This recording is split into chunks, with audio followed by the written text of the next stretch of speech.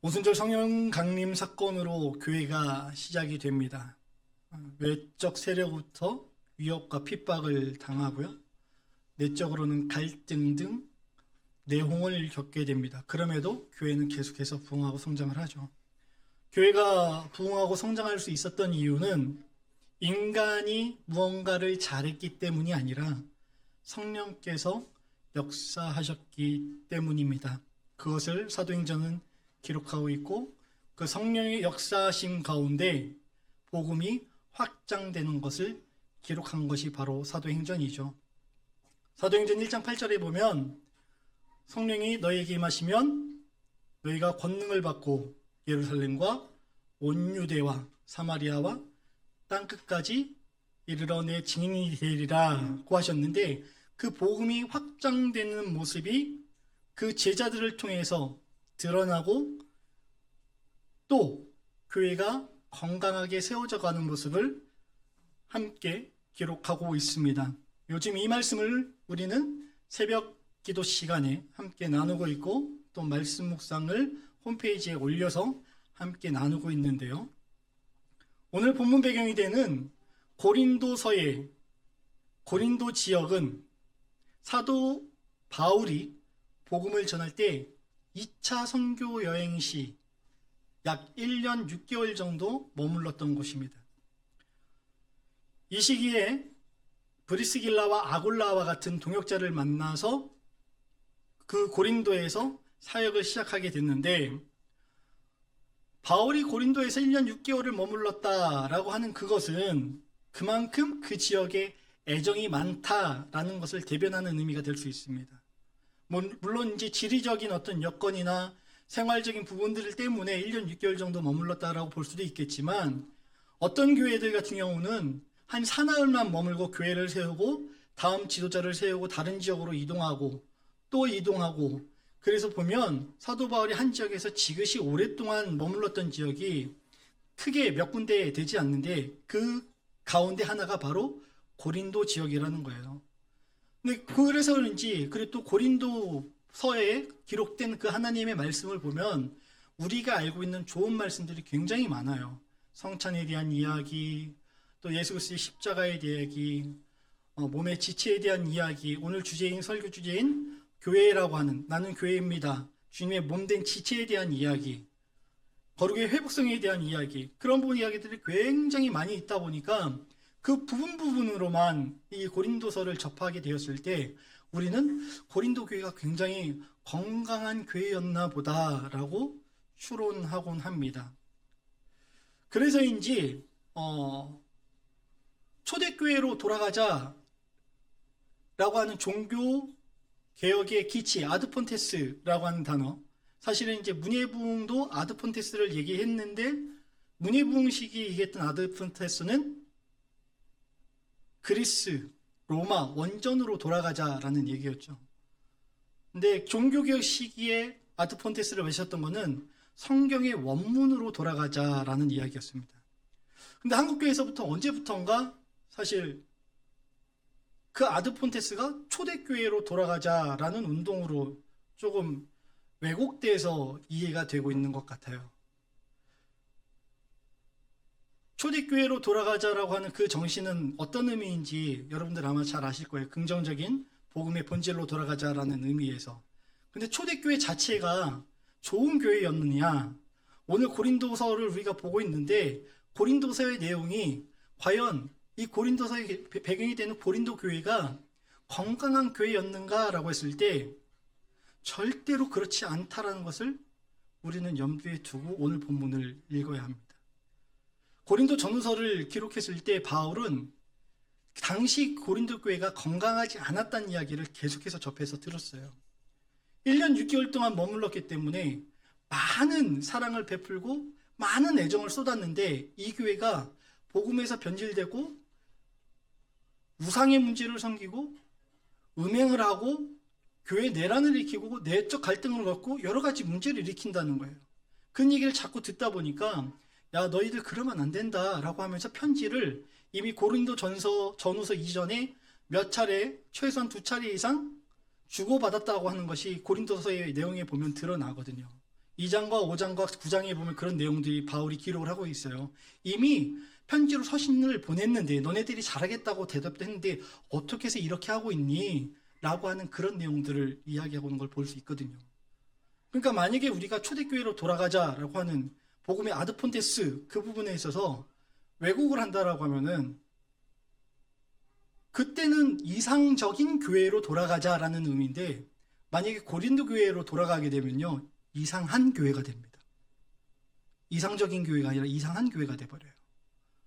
그러니까 본문을 우리가 성경을 읽을 때 성경의 그 배경, 백그라운드를 잘 이해하고 본문을 읽어야 그리고 앞뒤 문맥이 무엇을 이야기하는지 이해를 해야 그 본문이 이야기하는 본질이 무엇인지를 명확하게 알 수 있거든요. 근데 우리는 탁 떼놓고 얘기하는 경우들이 많잖아요. 그래서 본문을 오도하고 왜곡하고 내 마음에 맞는 골라먹기로 만들어 먹는 경우들이 종종 발생하는 것 같습니다. 근데 오늘 그래서 보면 오늘 고린도서가 시작할 때 1장부터 4절까지의 내용에 교회 갈등에 대해서 이야기를 해요. 지도자로 인한 갈등이 있었죠. 근데 이 지도자로 인한 갈등이 사실은 지도자들 자체가 교회를 갈라치게 하려고 그랬던 건 아니었던 것 같아요. 왜냐하면 이 지도자들은 교회를 세우는 일에 집중하기 바빴지 성도들을 모아서 내 힘, 내 능, 내 세력을 과시하기에 교회를 세웠던 게 아니었거든요.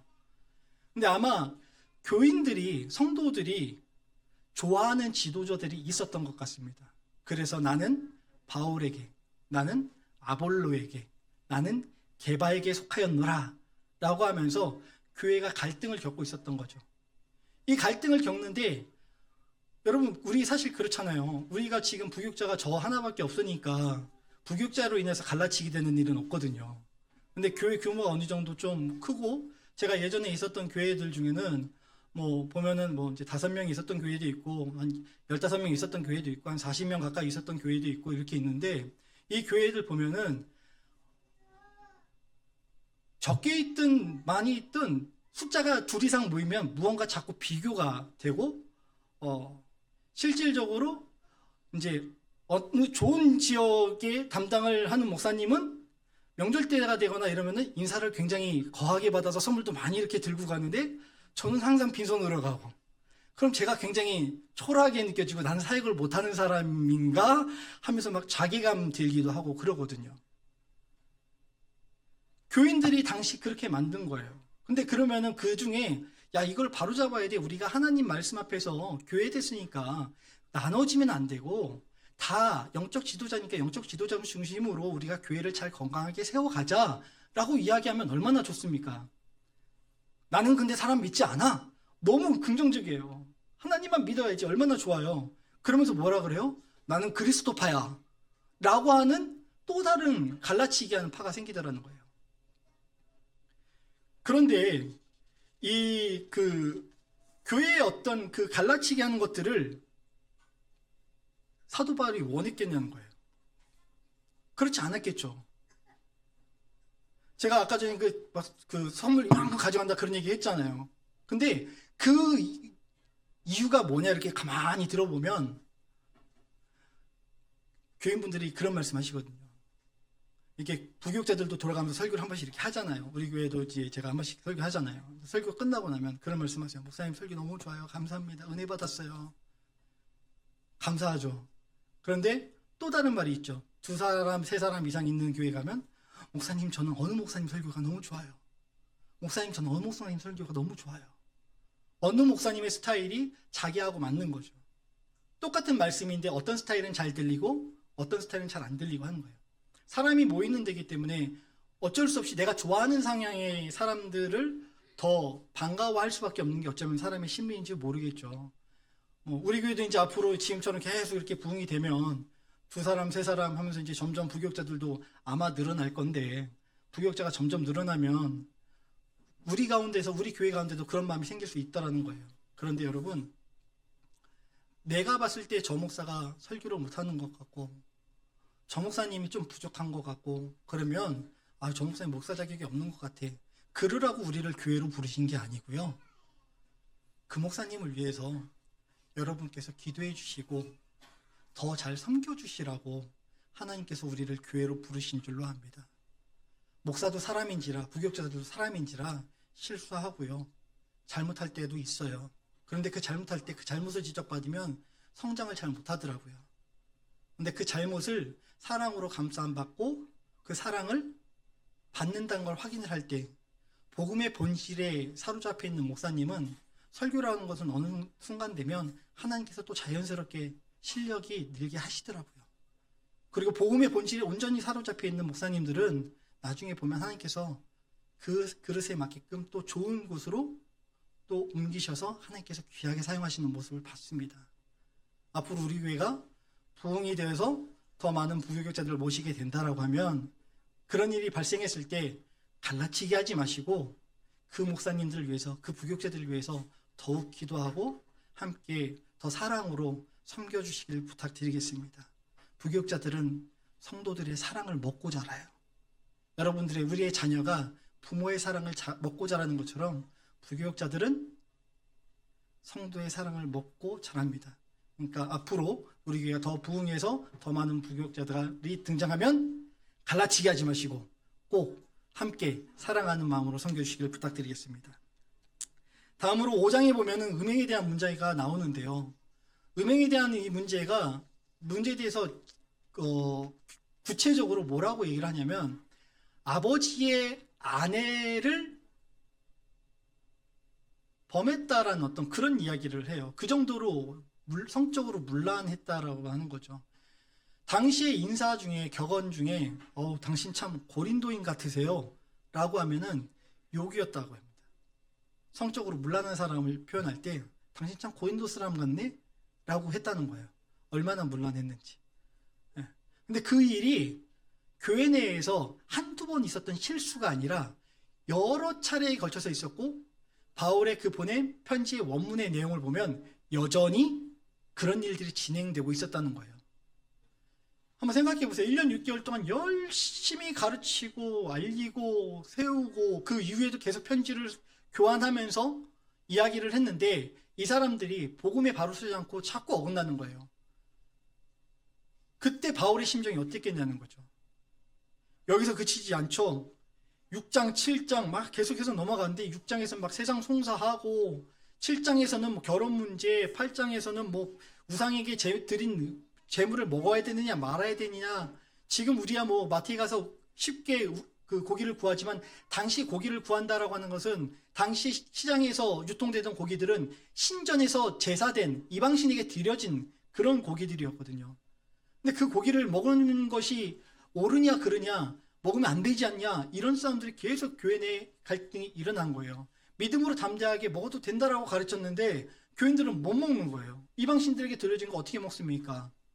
오늘 우리도 그러잖아요. 저 어렸을 때도 그랬거든요. 제사 음식 먹어야 되냐 말아야 되냐. 거기에 대해서 바울은 단호하게 얘기합니다. 죄의식 갖지 말고 먹으라고. 그런데 만약에 내가 그 고기 먹는 것을 그로 인해서 누군가 믿음이 연약한 자가 시험에 든다면 나는 평생 먹지 않겠노라. 여러분 믿음 좋으신 분들이요, 부탁드릴게요. 나 믿음 좋으니까, 난 담대하니까 모든 걸 다 해도 괜찮아요. 예, 좋습니다. 그런데요, 나의 그 믿음의 담대함이 누군가 우리 교회의 다른 지체를 시험 들게 하는 원인이 된다면 믿음의 선배로서, 믿음의 앞선자로서 절제할 줄 알아야 합니다. 그것이 교회를 세우는 방법이고 그것이 오늘 말씀을 통해서 우리들에게 주시는 교훈이에요. 그런데 나 잘났다고, 나 티해야겠다고, 내가 해야겠다고, 모든 것이 이거 유익한데, 교회를 위해서 유익한 건데 우리가 열심히 일하다 보면 그럴 수 있거든요. 오늘 본문의 내용과 관련해서 그런 생각이 드는 거예요. 바울이 얼마나 속상했을까. 이 소중한 지체들이 교회 곳곳에서 하나하나 소중하게 자신의 일들을 감당하고 있는데 자신이 감당하는 그 일에 대해서 자부심 갖는 건 좋은데, 하나님께서 맡겨주셨으니까 감사합니다 하는 건 좋은데 갈라치기 하고 비난하고 욕하고, 교회가 건강하게 성장해야 되는데 건강하게 성장한 줄 알았더니 그 성도들이 서로를 비방하게 앞선다고 하니 바울의 마음이 얼마나 아팠겠냐고요. 그러면서 성령의 역사를, 성령의 은사를 이야기해요, 교인들이. 11장 전반부에서 성령의 은사에 대해서 이야기하고 12장에서 성령의 역사에 대해서 이야기하면서 뭐라고 해요? 교회에 우리가 이런 존재가 될 수 있는 이런 일들을 할 수 있는 게 은사 때문에 가능하다라고 하면서 자신의 은사를 막 자랑하는 거예요. 나는 이런 인사가 있는데 너는 이런 인사 없지?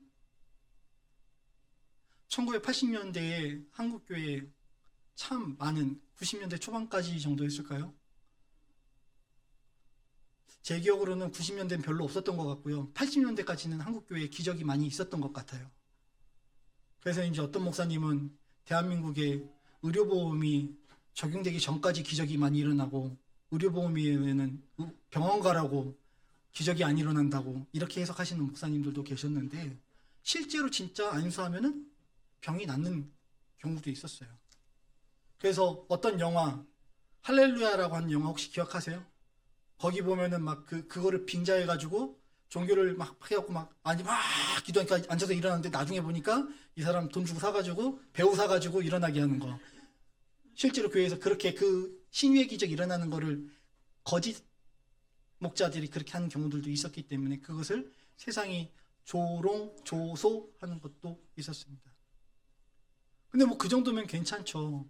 그런데 그거는 그 모습이 우리 교회의 모습이라고 한번 생각해 보세요. 거짓말하고 서로 미워하고 서로 갈등하고 우리 교회가 지금은 아직은 규모가 그렇게 크지 않으니까 그런 일이 없는 줄로 아는데 제가 모르는데 혹시 그런 일이 있으면 안 됩니다. 예, 없죠. 근데 교회가 좀 커지다 보면 자기도 모르게 그런 일이 발생해요. 왜냐면 제가 청소년 사회 갈 때인데 한 학교에 한 그룹의 여자아이들이 있었고요. 다른 학교에 한 여자 그룹 아이들이 전도가 돼서 왔어요. 근데 그 전에 다니던 아이들이요. 시샘을 부리기 시작하는 거예요. 교회에 전도가 됐으니까 얼마나 좋아요. 기뻐해야 되잖아요. 근데 새로운 것 때문에 아이들이 시샘을 하더라고요. 시샘을 하면서 뭐라 그래요? 전사님은 왜 쟤네들만 신경 쓰세요? 저희는 신경 안 쓰고? 내가? 무슨 말인지 나 이해가 안 되는데? 제가 다 봤거든요? 뭘? 쟤네들하고 어저께 떡볶이 먹는 거 봤거든요?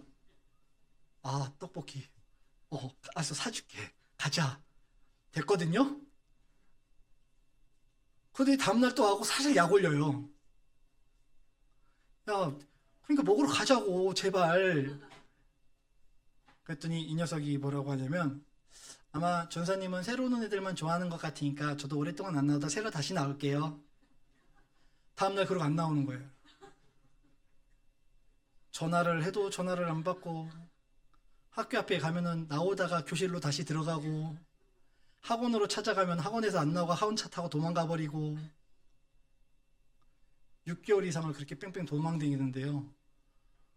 마음이 쫄리더라고요. 하나님, 저러다가 저 영혼 이게 상처가 돼가지고 교회 떠나면 어떡하죠? 그래도 끈질기게 따라다녔죠. 얘는 끈질기게 도망다니고. 근데 언젠가 6개월 정도 이상인가 지나고 나서 다시 나와서 한마디 하는 거예요. 저도 이제 새로 왔으니까 아이가 그러면 귀엽죠. 그러면서 아마 믿음도 잘하고 교회 사랑도 배우는 것 같아요. 근데 믿음의 시기가 믿음의 연조가 오래됐는데도 교회가 계속 그런 일이 있다고 한번 생각해 보십시오. 그럼 그 교회가 과연 건강한 교회일까요? 내가 사랑하는 지체가 새로운 나의 사랑하는 또 다른 교회의 일원이 그 자리를 지키고 그 자리를 섬기는데 저거 원래 내 자리인데 왜 네가 섬기니? 아니면 야, 그 자리보다 내가 섬기는 이 자리가 더 좋은 자리야. 예전에 제가 그 고등학교 때 음대를 가겠다고 준비하면서 오전에 말을 안 하던 시기가 있었어요. 예, 그 목소리가 그렇게 좋지는 않았는데 그래도 한번 해보기 때 또 도전해보겠다고 노래 배운다고 막 발성 막 이러면서 배우면서 막 하는데 목을 아껴야 된대요. 그래서 세계적인 성악가들은 뭐 떡볶이도 안 먹고 탄산음료도 안 먹고 목이 작대는 거 절대 안 먹고 그리고 오전에 목 풀릴 때까지 말도 안 한다고 그래갖고 제가 그거를 흉내 내본 적이 있었습니다. 흉내를 내는데요. 선생님이 불러요. 22번 22번. 안 왔어? 왜 대답 안 해?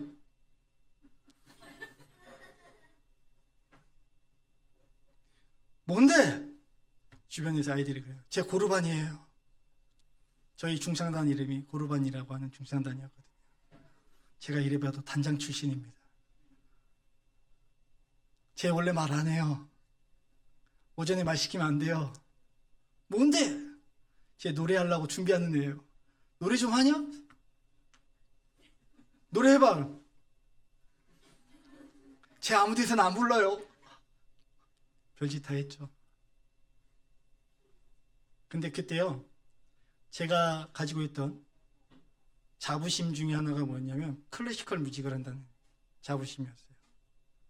그래서 오늘 우리 찬양대 오늘 귀한 찬양 너무 감사한데, 이 찬양대에서 함께 화이어로 영광 돌리는 거에 대해서 그게 진짜 찬양이지, 죄송합니다, 찬양팀은 찬양대가 아니라고 생각했어요. 컨템포러리 크리스찬 뮤직, 현대 음악은 음악이 아니라고 생각을 했어요. 근데 오늘 우리 교회 어땠습니까? 앞에서 찬양하는 찬양팀이 마음 문을 여는 그런 찬양을 함께 하면서 예배를 준비하고, 이미 예배가 사실은 시작이 된 거죠. 그 찬양을 통해서 마음 열고 우리 또 찬양대가 하나님께 영광을 돌리고, 각각 얼마나 중요한 부분들이에요. 매우 중요한 부분들이잖아요. 근데 내가 하는 것이 더 고상하고 더 중요한 것이라고 하면서 다른 지체를 무시한다라고 하면 그것이 어디 건강한 교회의 모습이겠습니까?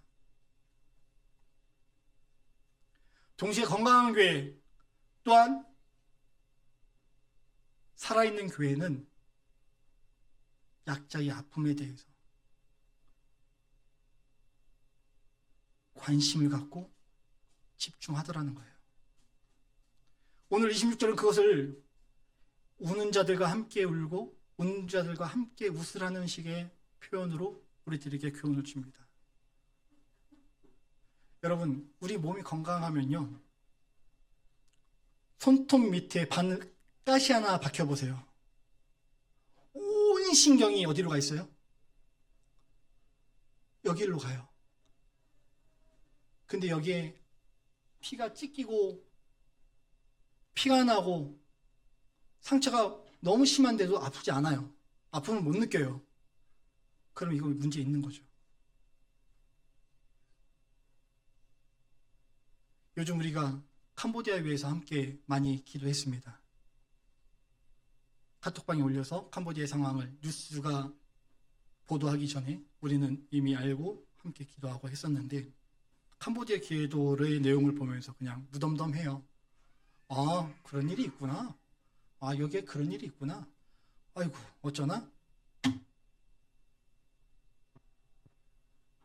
환우들 위해서 기도해달라고, 도고 기도해달라고 올립니다. 아이고, 이 집사님 좀 많이 아프시겠네. 아이고.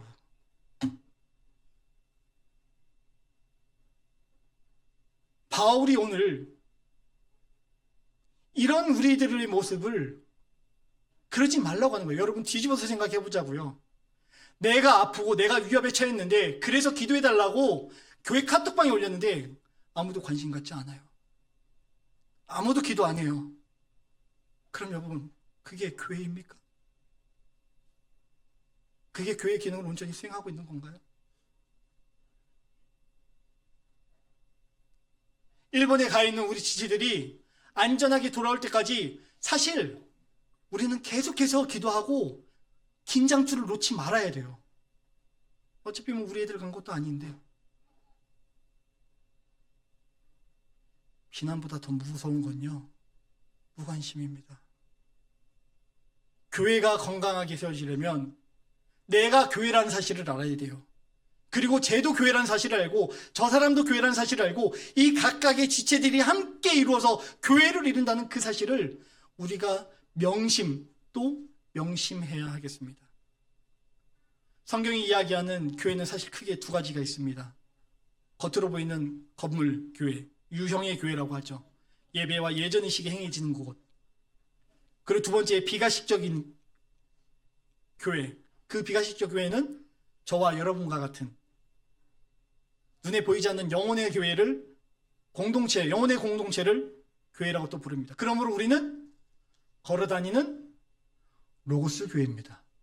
왜요? 우리가 모여서 로고스 교회를 이루니까. 이 건물 예배당이 교회가 아니라 여기는 예배당이고요. 로고스 교회는 저와 여러분입니다. 내가 바로 로고스 교회입니다. 그리고 그 로고스 교회가 그리스도의 몸된 한 지체를 이루는 거예요. 근데 그 그리스도의 몸된 지체가 서로 싸우고 비난하고 힐난하고 무관심하다라고 하면, 그러면 그것을 그렇게 하면 안 된다라고 가르쳤던 영적 지도자였던 바울의 심정 어떻겠냐는 거예요. 아이를 4명 키우다 보니까 별의별 일이 다 있어요. 그래도 잘 키워보려고 노력한다고 하는데도 자기들 가운데 일어나는 그 갈등을 해결할 길이 없더라고요. 부모의 심정은 어떻습니까? 한 뿌리에 났다는 것에 대해서 기억하기 바라는 게 부모의 심정이잖아요. 근데 어느 날 1호와 2호가 싸우더니 2호와 3호가 싸우고 3호와 4호가 싸우더니 어느 날부터만 1호와 4호도 싸우기 시작하던 거예요. 얘네들이 돌아가면서 하루에 한 번씩만 싸워도 5번입니다. 잘 넘어가서 하루에 한 번씩만 싸우고 매일 싸우면 일주일 내내 싸우는 걸 전 봐야 돼요. 여러분 한번 생각해 보세요. 그걸 바라보는 심정이, 아비의 심정이 편하겠냐고요. 여러분들 편하셨어요? 그때 불편하시잖아요. 자식들 싸우는 거 보면 그거 정말 불편하잖아요. 근데 그때 앞을 싹 하고 들어갔는데 쟤네 모습이 나구나. 저거 누가 낳나? 제 모습이죠. 저도 어렸을 때 제 동생이랑 무진장 많이 싸웠거든요. 아버지가 그렇게 호통치시는데 아버지 그 호통치시는 마음이 이해가 안 되는 거예요. 나하고 얘는 다른데 왜 자꾸 하나라 그러지? 쟤는 제 동생이고 전 저예요. 근데 저희 1, 2, 3, 4호들이 그래요. 이제 저는 저고 누나는 누나고 언니는 언니고 왜 저를 자꾸 하나라고 그러세요? 하나잖아요. 한 뿌리에서 났잖아요. 제가 저희 자녀들 키우면서 제가 부모님께 얼마나 불효했는지, 불효막심한 인간이었는지 이제 조금 알 것 같아요. 그러면서 돌아봅니다. 제가 교회 생활을 하면서 제 잘난 맛에 제 사역을 잘하겠다라고 하면서 다른 교회의 지체들을 세워주고 함께 보듬고 사랑하기에 앞섰는가? 아니면 오늘 고린도 교회의 모습처럼 비난하고 비방하고 깎아내리기에 집중했는가? 여러분, 오늘 우리 교회는 하나님의 그 사랑을, 교회의 하나됨을 실천하는 그런 교회가 되었으면 좋겠습니다. 그러기 위해서는 내가 교회라는 사실을 우리들이 인식해야 돼요. 기억해야 돼요. 그거 인식하는 방법이요? 딴 거 없습니다. 말씀과 기도 외에는 방법이 없어요. 우리가 기도해야 하나님의 뜻을 구할 수 있고 말씀을 읽어야 하나님의 뜻을 발견할 수 있습니다. 심각하게 무더운 여름을 보내시는데 이 더위를 날리는 방법 여러 가지 찾으실 텐데 시원한 카페나 시원한 에어컨 앞에 앉으셔서 하나님 말씀 읽으시고 또 하나님 뜻 구하는 시간으로 시간들을 보내셨으면 좋겠습니다. 그래야 내가 누구인지를 알아요. 내가 죄인이지만 하나님께서 나를 사랑하셔서 예수 그리스도를 이 땅에 보내시고 예수 그리스도의 십자가로 말미암아 그 은혜로 나는 값없이, 그러나 예수 그리스도는 죽으심으로 내가 구원을 받았구나 확인할 수 있습니다. 단 하루라도, 아니요, 단 1분이라도 그거 내려놓으면요, 인간은 망각의 동물인지라 다시 까먹어요. 교회당을 딱 나가는 그 순간 빨간불인데 쌩 하고 지나가는 저의 안 좋은 습관을 발견할 수 있지 않습니까? 내 앞에 누군가 확 끼어들면 저게 감히 방금 은혜 받은 나의 모습은 온데간데 없고,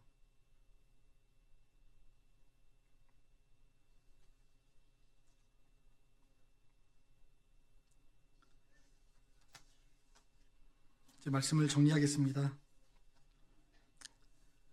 우리의 기능과 은사는 각각 다릅니다. 그러나 우리의 교회의 머리가 되신 그리스도가 우리의 교회의 머리시다는 걸, 그거를 안다라고 하면, 그리고 그리스도의 머리 된 교회에 우리가 그리스도의 몸으로 참여하겠다는 것을 알게 된다면,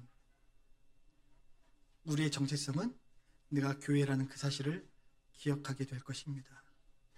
그리고 우리의 정체성은 우리의 은사나 우리의 직분, 우리가 무엇을 하느냐에서 드러나는 것이 아니라, 우리가 교회라는 사실을 명확하게 인지할 때 그 섬김의 자리로 온전히 나아갈 수 있고, 그때 성령께서 일하시기 시작합니다.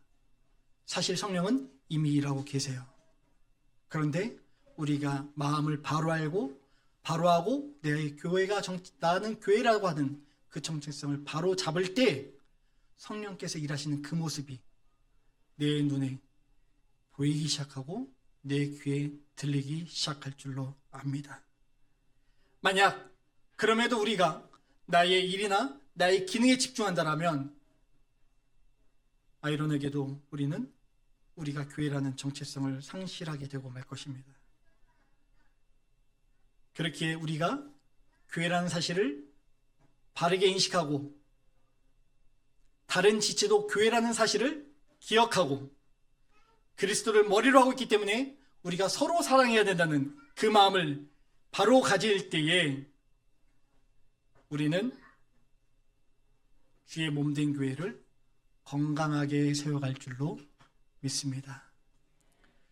무더운 여름 휴가를 보내시면서 주의 몸된 교회를 주의 몸된 교회, 그리고 그 몸된 교회인 나 자신을 사랑하시는, 우리를 사랑하시는 하나님의 사랑을 다시금 확인하며 은혜의 자리로 나아가시는 귀한 시간 되시길 예수님 이름으로 축복합니다. 다 같이 기도하겠습니다.